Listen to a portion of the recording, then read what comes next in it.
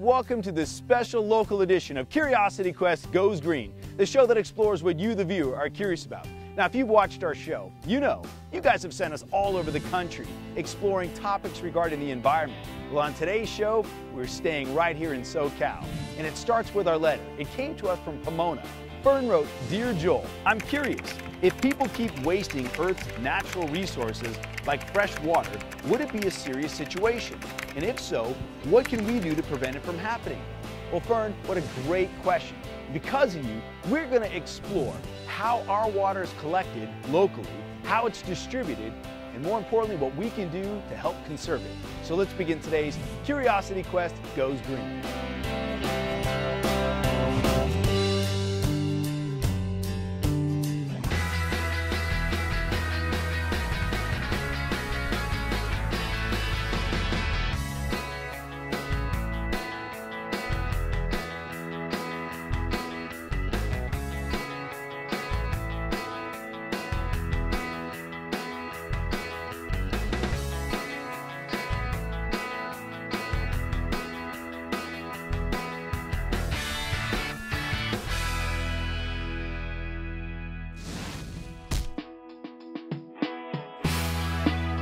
We treat water imported from the Sacramento-San Joaquin Delta, which is located between Sacramento and Stockton, about 400 miles north of us. That's like a 7-hour drive from here. The Delta is made up of 1,000 miles of winding waterways that are fed from two main rivers, the Sacramento River and the San Joaquin River. These rivers get the majority of their water through snowmelt in the Sierra Mountains. That's why a good year for skiing is usually a good year for water supplies too. The water travels down the Sacramento Aqueduct, which is kind of like a highway for water. Its first stop is Lake Silverwood near Wrightwood, then through the Rialto Pipe, which is located at the base of the foothills. The water then travels along the pipe to cities where it is treated, and then it goes to your home through a system of pipes underground.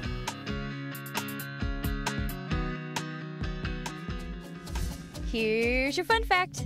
Every day in the United States of America, we drink about 110 million gallons of water. That's a lot of water.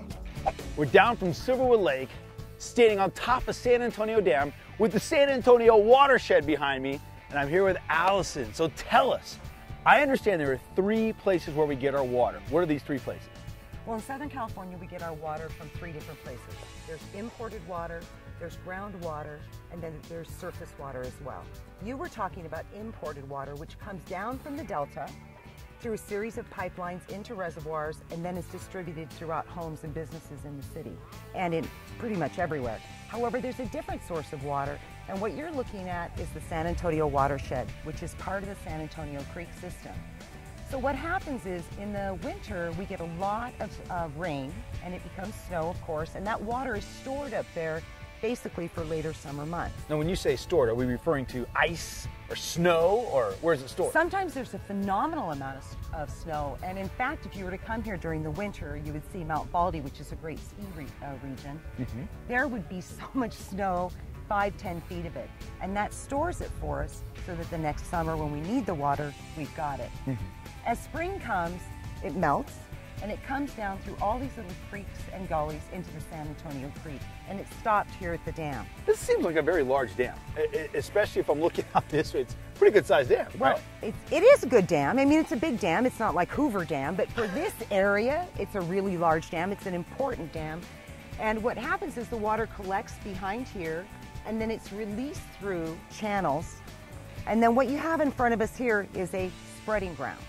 Now, this water is being collected to service several different communities out here behind us, right? Absolutely. We all pull from the basins that you would see in front of us. Now, when I say basins, I'm talking about underground swimming pool basins where you're actually collecting and storing water. And sometimes you can store that water for years and years. You're talking underground pools, basically. Underground pools. And the way you need to think of it is it's layers of dirt and sand, which, believe it or not, that's where the water is safest. It's clean, it's safe from human contact, it's safe from dead animals, it's safe from anything that might contaminate it. And so we put wells in wherever we can get the best water from. And a well is basically, that's your pulling the water back out of the ground, right? It's an underground straw. Ooh, I like that. It's an underground straw. And from there, it's going to be sent to a treatment plant. And at the treatment plant, they're going to treat it, pull the dirt out of it, they're going to chlorinate it, they're going to make sure it's safe for consumption. And then it's going to go out to the cities and communities through a system of distribution pipes. And that's how it actually ends up getting to your home. What is a watershed? When there's water inside of a container. It's where you would store your water. A watershed is a container that holds water. A shed with water in it.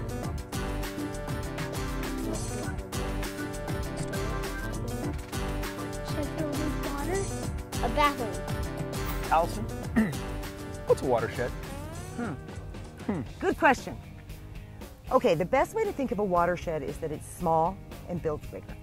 Okay. So if you're looking at the watershed behind us, okay, the San Antonio Creek watershed would be a series of small rivers and little creeks that would all feed into a larger watershed. What I've seen on maps and pictures, it kind of looks like this, right? Correct. So you have water coming from this way, coming from this way, coming from this way, coming from this way, and then it all ends up feeding. It all filters, but it's easier to think of it this way. Oh, I'm going Because it this. goes this way, this way, this way. It all filters into one spot. Now, think of that watershed as part of a bigger watershed. Because there's always watersheds inside. You could even say that this right here, that you're seeing right here, is a super tiny watershed. Because what feeds from there and feeds from there is all going to collect here. But remembering that it is part of a bigger San Antonio Creek watershed, which would encompass all of these hills. It's important because this watershed that's collecting is ultimately going to be one of our three sources of drinking water. Exactly, it's going to be, and it's going to be the major source along the foothills. This watershed, all of these watersheds collectively combined, are our drinking water. Most of us get about half of our drinking water from the local watershed. Whoa, that's huge. It's huge. So the imported water, like we have up at Lake Silverwood, is only a portion. Right. It's a small portion. It's a small portion if you're in this area. Okay. If you're in another county, it might be much more important. Obviously, the watershed's going to collect it. Exactly. And then percolate it down into the big swimming pool, which we call a basin or an aquifer. The reason an aquifer is there is to store water. It's basically a form of a water bank. It's like putting your water away for later use in the summer when you're going to need it. Hopefully, you never take all the money out of your bank. Okay, you conserve that water, you keep it in the ground in case you have several years of drought. Because again, we might have years where we'll go 10 years without enough rain. If you've done it right, you'll have enough water in your water bank or your basin to last you a long time. Would we be in trouble if we didn't conserve? And would we be in trouble Absolutely. if we lose our natural resource known as water? Absolutely, absolutely. It's probably, it's overused, but it is our most valuable resource. There's so many of us living here now that we just don't have enough water if we foolishly use it. If we're careful, there's enough. What can you do to conserve water? Drink less water, buy more soda. Don't use the bathroom too much. When I'm washing my hands, you conserve water by not keeping the water on. Don't leave the water on when you're brushing your teeth. Let me start off. I have 3 boys. They can go to the bathroom outside. They can wear more of their clothes, not as much laundry. Not wash dishes anymore. Are there other ways that we can help conserve water when we're talking about the watersheds? Yes, reduce the amount of runoff that goes out into the street and into the storm drains by planting more California-friendly plants and not paving over everything. That way the water will stay in the aquifer. Even in the neighborhoods, it's important for that to happen because the water travels all through the aquifer. Now, I think it's hard for some of us to grasp, including me, that, okay, if I'm watering my lawn out front, whatever water that doesn't go down the drains, the storm drains, is going to end up just soaking right back up into the land and going into the aquifer. That's right. In this watershed, Lee, how large of an area are we talking about that it serves? This watershed is approximately 3,000 square miles. It's part of 4 counties, Los Angeles County, Orange County, San Bernardino County, and Riverside County. and it goes from the San Jacinto, San Gabriel, and San Bernardino Mountains all the way down to the Orange County coastline. Basically, if you're standing in the Inland Empire, you look around, all the mountains that are surrounding us, this area is serving it. All the mountains you can see around us are draining straight into this watershed, and we're almost in the middle of the watershed here. Wow! So there's a huge aquifer underneath us. In different areas there are, yes. Here's your fun fact. There are enough pipelines and aqueducts carrying water in the U.S. and Canada to circle the world 40 times. There's still more circling going. Allison, how long would it take to fill up or recharge this space in our aquifer? Well, that depends. If you have a lot of water or a very wet year, it might recharge that year. Wow. But if you go several years with light rainfall, maybe only 2 or 3 inches, you might go many, many years without ever fully recharging it. So it's really dependent on what your weather is for the winter. You know, it's amazing because I still see water districts, conservation folks, all talking about conserving water in years where it pours. Right, of course, that's true because we want to bank that water. And in an area where you have so many people, but really not enough water resources to waste water anyway, we always want to keep that conservation message going. We want to make it a way of life, that everybody conserves water all the time, so that even in wet years, we can bank. But in dry years, we have plenty of water. We don't have to impose sanctions, make up rules, fine people, or do anything like that, because it's already what we do. We do conserve water just as a habit. And that's why we always try to hit that water use efficiency or conservation message, no matter what. We want it to be your habit and your way of life. So are you doing it? Here's your fun fact. The average bath requires 37 gallons of water. Wow. Again, there are 3 water sources. Number 1, Groundwater, number 2, imported water, and number 3. surface water. All right, surface water, let me guess. It's on the surface. It's on the surface of the planet. Now it runs through, and of course people do swim here, so that water means that it has to be treated because it's had body contact with it. Okay. And so it runs through a treatment plant, it's treated, disinfected, and then piped to your home. So whatever water is not seeping in the ground right here as it's moving downstream, or being pulled off to use directly, Right, will end up going down at the dam right. and start the process of recharging the aquifers. That's absolutely correct. Meanwhile, at the same time, it provides some nice recreational resources for people who live in this area, because if you come on a weekend, it's crowded. Really? There's a lot of people picnicking and having a good time here. I wonder if they know that they're picnicking, playing with their kids, and this water will actually end up going through a process pretty soon.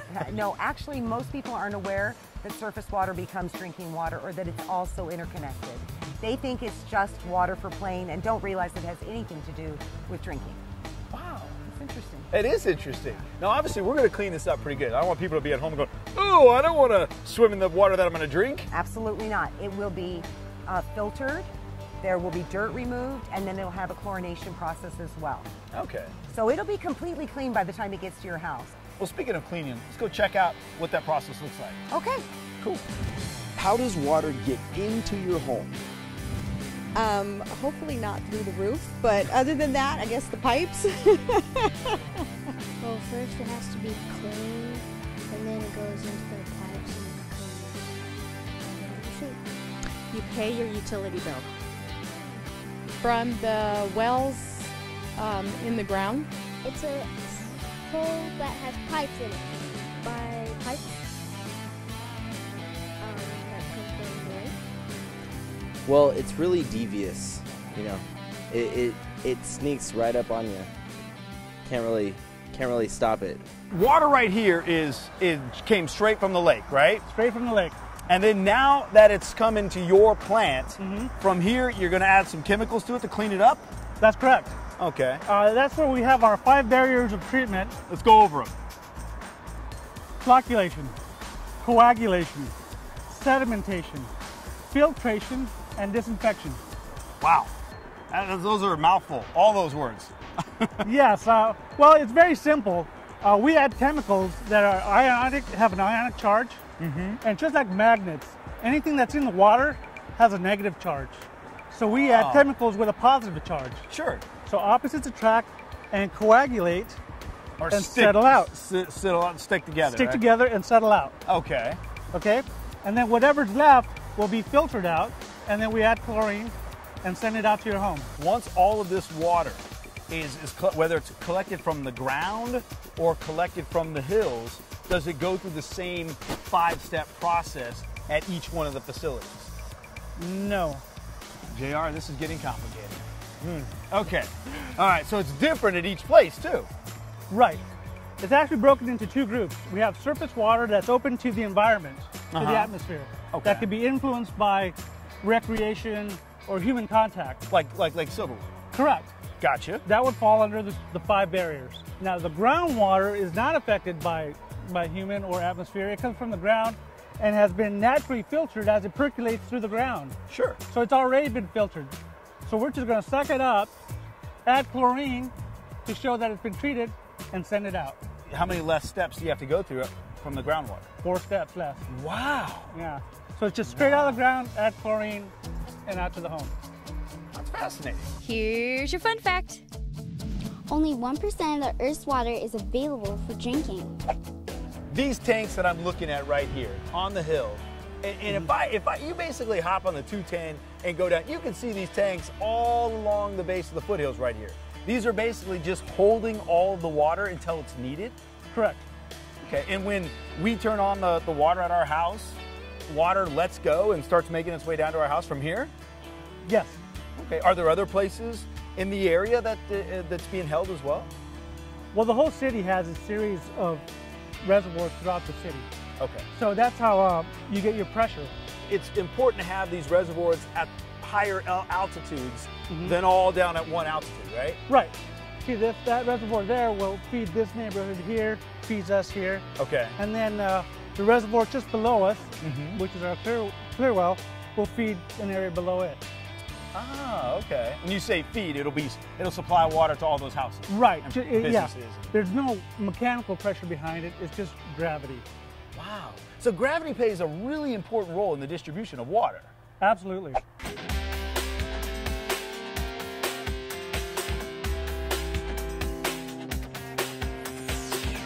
We've made our way out to a treatment plant. What are we looking at?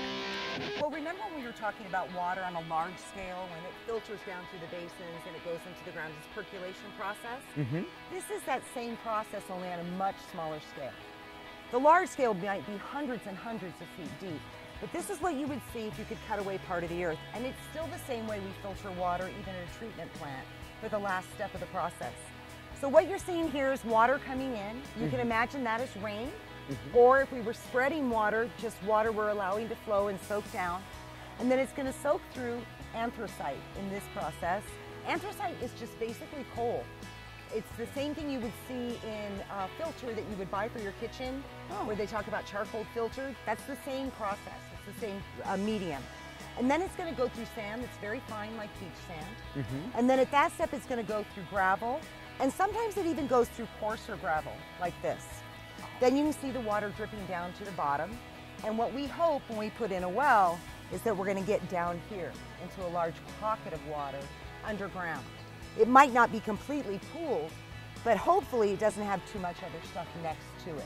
From this step, it goes out here, and then it's going to go to a disinfection step. And that would be the last thing that they would do. And that's adding chlorine, just enough to make it safe, but not enough to make you sick or not taste good.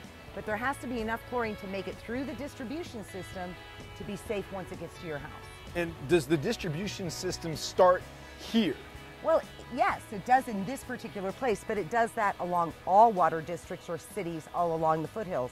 So from here, it's going to go through disinfection, and then it's going to go to a reservoir, and that's where it's going to start actually being distributed to different homes.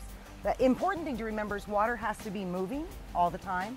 So if you can imagine, you have your reservoir really full. Everybody gets up in the morning, takes a shower. The reservoir gets down. And then the people who work at a treatment plant work all day to make sure that reservoir goes back up. By picking the straw out of the ground and, That's right. They pump more and more and more. They send it through the system. They clean it. They send it to the reservoir. So when you get home that night, you have water for your showers, water for laundry, water for cooking. And then hopefully you go to bed at 11 because now the reservoir's low. Or and they're going to work 8. all night and they're going to make sure you have water in the morning. It's a 24/7 job. When I say water, you say Toilet? Splash! okay. Fountain. Drinking fountain. Toilet? Wetness? Parrots. Why? I don't know. It's the first thing that came to my head. So we learned where all the water's coming from, where it's captured, how it's distributed. Now let's talk a little bit about conservation. And I'm here with Shelly Cerritos. Freeze! Joel, did you know that 80% of the earth is covered in water? And what kind of water is this? Blue water. No, Joel, this is the ocean. Yes. Do we drink ocean water? No. No. Only 1% of the earth's surface is covered in water that we can drink, which is in lakes, rivers, and streams. And this is surface water. But what about this water on the end of the earth here? What is that? Frozen water. Frozen water. Can we drink frozen water?